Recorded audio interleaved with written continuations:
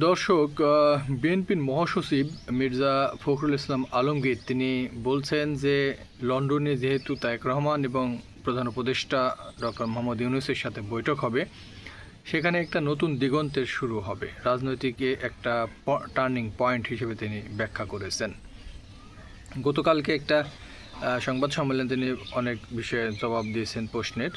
সেখানে বলেছেন যে নির্বাচনের ব্যাপারে কথা বলেছেন, কেন বিএনপি ডিসেম্বরে নির্বাচন চাই আর এপ্রিলে নির্বাচনের যেসব অসুবিধা সেগুলো তিনি বলেছেন। তিনি বলছেন, আশা করছেন যে তারেক রহমান এবং মোহাম্মদ ইউনূসের বৈঠকে অনেক ভালো কিছু জাতি প্রত্যাশা করে এবং সেখান থেকে একটা রাজনৈতিক ভালো কিছু আসবে। বিশেষ করে বিএনপি এবং সরকারের সাথে যে আপনার বিষয়, রাজনৈতিক কিছু বিষয় বা নির্বাচন নিয়ে কিছু বিষয় নিয়ে যে দ্বিমত রয়েছে সেই ব্যাপারে একটা সমাধান আসতে পারে।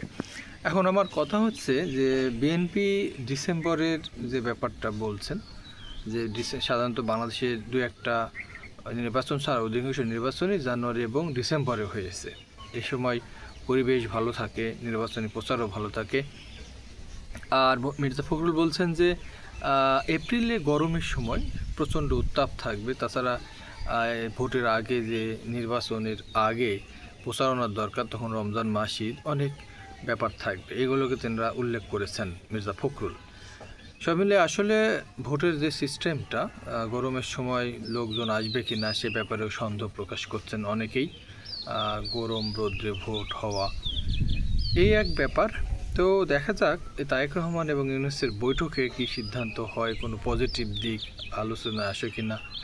যদিও আমার মনে হয় না ভালো কিছু আসবে, কারণ ইউনূস এই সিদ্ধান্ত কিন্তু নিয়েছেন তার অনেক চিন্তাভাবনা করে, অনেক বিষয় তার সাথে জড়িত রয়েছে।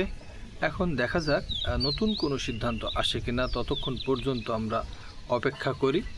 আর ইউনূস সরকারের বিষয়গুলো পর্যবেক্ষণ চলছে বিভিন্নভাবে, যে আসলে কিভাবে নির্বাচনটা তারা করে সেটা দেখার জন্য।